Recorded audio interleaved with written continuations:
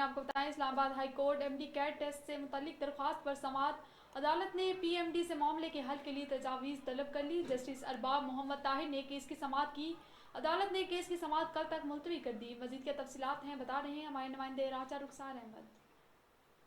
جی میں اس سے موجود ہوں اسلام آباد ہائی کورٹ کے باہر، اور آج پھر ایک دفعہ ایم ڈی کیٹ کے جو معاملہ تھا پورے پاکستان کا، خاص کر اسلام آباد کا، اس کے حوالے سے جو ہے آج پھر کیس کی سماعت تھی، اور اب سے کچھ دیر پہلے ایم ڈی کیٹ ٹیسٹ سے متعلق درخواست پر سماعت جو ہے جاری تھی۔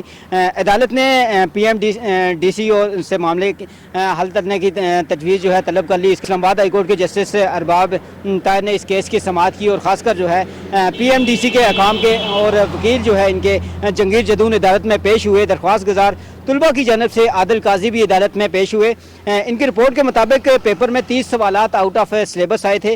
جسٹس ارباب محمد طاہر نے استفسار کیا کہ اس سارے معاملے کا حل کیا ہو سکتا ہے، ہمیں آپ لکھ کر دیں یا پھر آپ کے پیپر میں جو مشکلات آئی ہیں اس کے حوالے سے بتائیں۔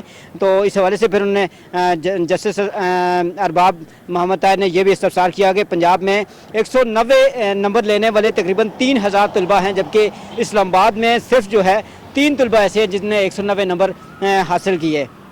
جس لیول کا پیپر پنجاب میں لیا گیا اسی لیول کا پیپر اسلام آباد میں ہونا چاہیے، یہ جو طلبہ کے جو وکیل تھے عادل قاضی ان کا یہ کہنا تھا۔ اور اس دوران جو ہے ٹیسٹ پر کتنا خرچہ آیا عدالت کی طرف سے استفسار کیا گیا تو انہوں نے بتایا عادل قاضی نے کہ 8000 روپیہ فی بچہ خرچہ آیا۔ سلیبس اگر ایک ہے تو پیپر کی ڈیفیکلٹی کو بھی ڈسکس کرنا ہوگا۔